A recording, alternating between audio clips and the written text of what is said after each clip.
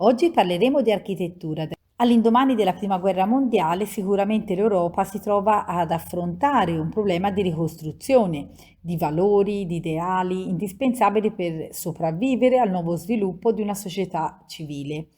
E questa ripresa sarà lenta, lunga e coinvolge un po' tutte le arti, non solo pittura, scultura, ma anche appunto il mondo dell'architettura. E sicuramente l'architettura è quella che è più legata alle esigenze della vita quotidiana. Possiamo introdurre appunto il razionalismo. Il razionalismo sicuramente è un movimento che ha come strumenti progettuali il rigore razionale e soprattutto la funzionalità. Il razionalismo comprende sicuramente varie forme di sperimentazione.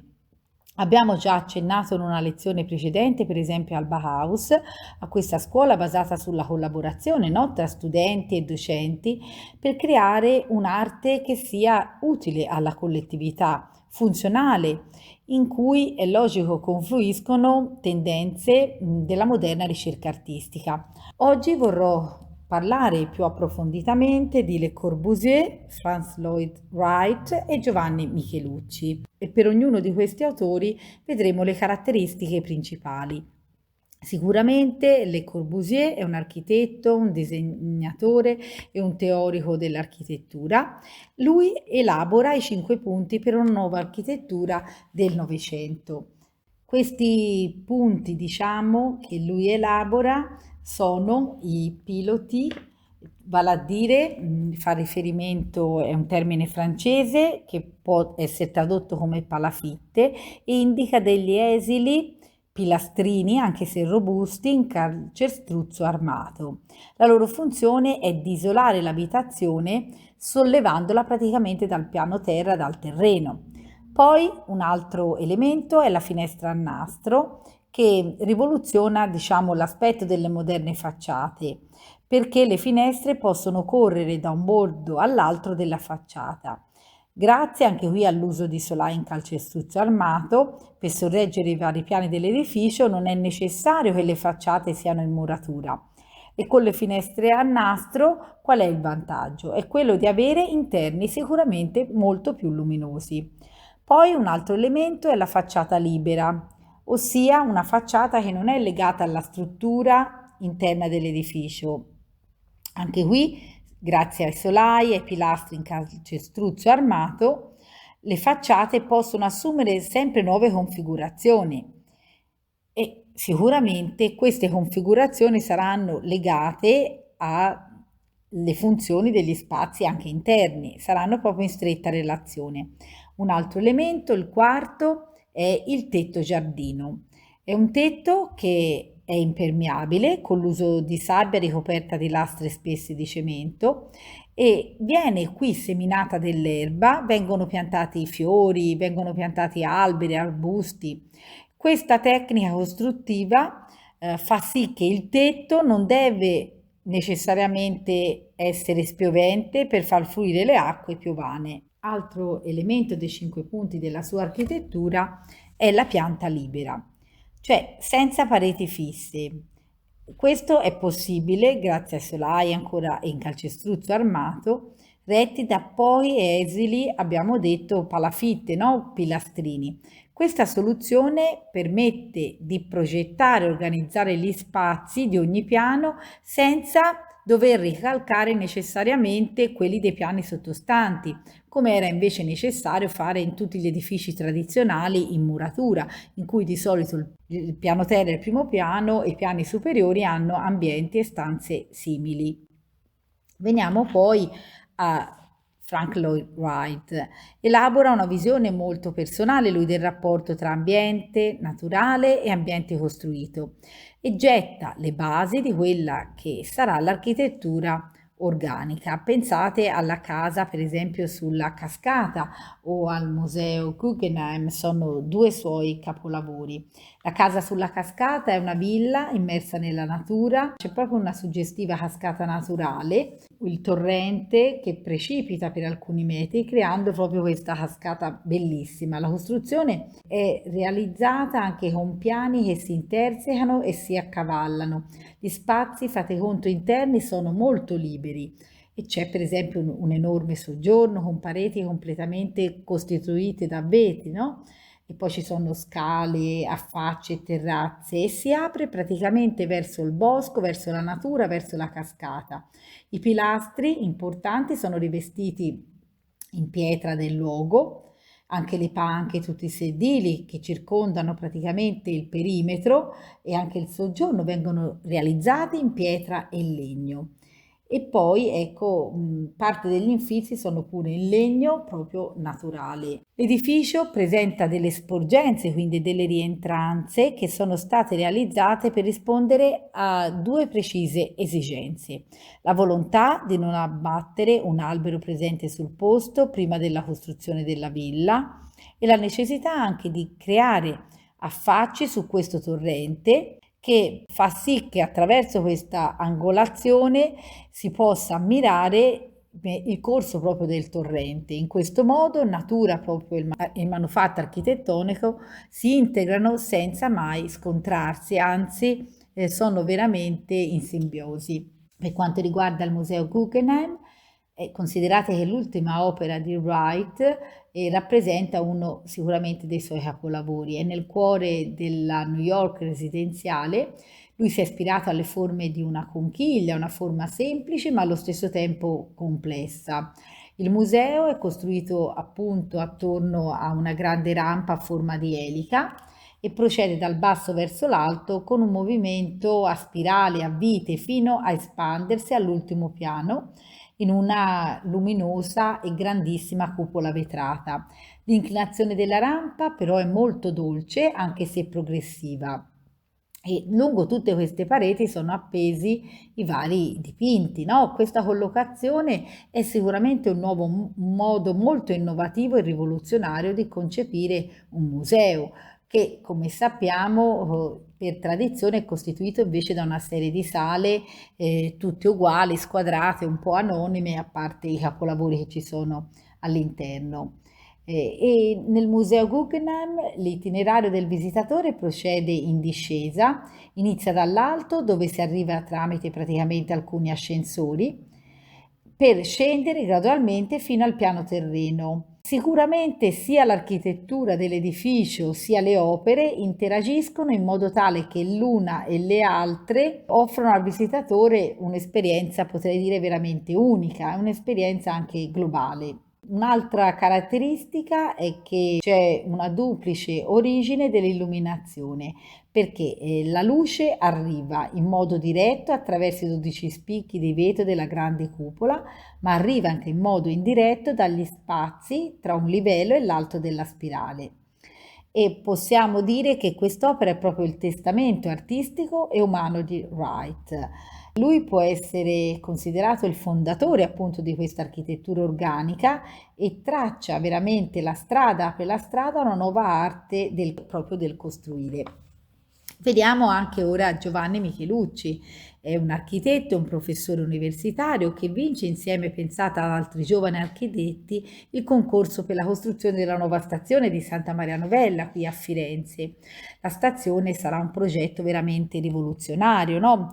La sua formazione inizialmente avviene presso l'Accademia proprio di Belle Arti di Firenze e viene progettata questa stazione vincendo un concorso che era stato bandito nel 1932 per la costruzione proprio di questa nuova stazione fiorentina di Santa Maria Novella. Questo giovane professore e 5 suoi allievi architetti costituiscono insieme, diciamo, quello che è conosciuto come il gruppo toscano e lavorano per un mese. Queste equip insieme presentano questa proposta veramente innovativa. In realtà il concorso si conclude senza vincitori né vinti. La scelta infatti è molto delicata per due motivi, perché la stazione deve sorgere a pochi metri, potrei dire, dall'abside della Basilica medievale di Santa Maria Novella e vedremo come si integra perfettamente perché gli architetti scelgono di usare la stessa pietra forte, ma giocare il tutto non sulla verticalità come è caratteristica, diciamo, della Basilica di Santa Maria Novella, ma giocare il tutto sull'orizzontalità. E poi un altro elemento è che la scelta del progetto di Michelucci e del suo gruppo avrebbe significato, in un certo senso, per il regime fascista, riconoscere la validità delle teorie razionaliste. Allora sicuramente viene convinto proprio anche Mussolini a dare il suo appoggio al progetto. Michelucci continua a lavorare fino a tarda età, considerate che farà poi anche la chiesa dell'autostrada. Il suo ruolo è quello di disegnare e anche nell'ultima produzione, soprattutto negli schizzi che farà, il suo segno è sempre fortemente espressivo. Lui morirà a Fiesole nel 1990. L'edificio quindi ha uno sviluppo, questo della stazione, prevalentemente orizzontale, al fine di non contrapporsi appunto all'abside gotica della chiesa di Santa Maria Novella. E la pietraforte si accorda, come vi ho specificato, con il rivestimento proprio della chiesa. Quindi la forma della stazione è davvero semplice e squadrata e in pianta ricorda proprio un fascio littorio, no? La stazione è proprio concepita per far sì che molte persone arrivino e si spostino da un luogo all'altro, è proprio studiata per i viaggiatori. L'elemento centrale è una sorta di cascata di vetri, è una cascata di luce. Poi troviamo all'interno della stazione elementi veramente funzionali, come quello delle pensiline portabagagli stondate, oppure c'è l'orologio elettronico per la prima volta che viene posto visibile, no? C'è il salone biglietteria, ci sono grandi lucernali vetrati e c'è uno straordinario effetto di luce. Considerate che poi sono ricordate tutte le città d'Italia importanti cui poteva il visitatore arrivarci attraverso la stazione proprio di Santa Maria Novella. Ci sono anche fontanelle, per esempio per bere, per rifornirsi di acqua in ghisa, ci sono plafoniere in vetro per l'illuminazione. Avviandoci verso la modernità scopriremo l'architettura degli anni 50 e 60. A distanza praticamente di 10 anni dalla fine della Seconda Guerra Mondiale, nell'architettura si sviluppano nuove linee di ricerca. Sicuramente è cambiato molto l'ambito internazionale e ci sarà a questo punto un grande sviluppo economico che porta all'espansione proprio della città. In questo nuovo, diciamo, panorama e scenario, l'architettura assume caratteristiche che derivano sia dal razionalismo europeo, ma anche dall'architettura organica. L'architettura invece di fine millennio vedrà tendenze molto diverse, l'una dall'altra, proprio perché gli architetti devono rispondere a nuove esigenze legate sia al rinnovamento appunto delle città, ma anche allo sviluppo economico e anche a nuovi orientamenti culturali. Dal punto di vista tecnico, considerate che tutta la digitalizzazione nei processi di rappresentazione e anche la modellazione tridimensionale che ora è possibile fare determina una nuova evoluzione nella progettazione di tutti gli edifici e dalla fine degli anni '80 emergono alcune tendenze. Una fra tutte è il decostruttivismo, un movimento che si basa sulla contraddittorietà e le disarmonie della città contemporanea. L'architettura praticamente legata al decostruttivismo abbandona qualsiasi rigore geometrico e adotta proprio delle forme molto irregolari e all'apparenza anche staticamente instabili. Poi un'altra tendenza, per esempio, è il minimalismo, un orientamento che va verso un nuovo astrattismo. Gli edifici sono caratterizzati da superfici molto ampie ma vuote, lo spazio è definito da forme geometriche essenziali e appare come sospeso, anche sembra immobile nella sua rigorosa purezza. E poi avremo anche l'high tech, abbreviazione che sta per alta tecnologia. Obiettivo proprio di questa tendenza è quella di rifarsi all'architettura del ferro, è quella di rendere gradevoli le tecnologie costruttive, evidenziando proprio i meccanismi compositivi e anche di funzionamento. I materiali che vengono maggiormente impiegati nell'architettura high-tech sono l'acciaio e il vetro. Una delle più alte espressioni del decostruttivismo, per esempio, è il Museo Guggenheim, realizzato tra il 1991 e 1997 a Bilbao, in Spagna, da Frank Owen Gehry. L'edificio si mostra come un insieme di volumi dalle forme molto irregolari ma anche sinuose e proietta verso l'esterno queste forme che in alcuni momenti sembrano anche ripiegate su se stesse oppure distese. L'interno però è molto complesso, rivestito di lastre di titanio, ci sono giochi appunto di luminosità e di ombre. L'opera però che esprime in maniera più significativa, per esempio, l'architettura high-tech è senza dubbio il Centro Nazionale d'Arte e di Cultura Pompidou a Parigi, costruito praticamente su un progetto di Renzo Piano, Richard Rogers e Gianfranco Franchini.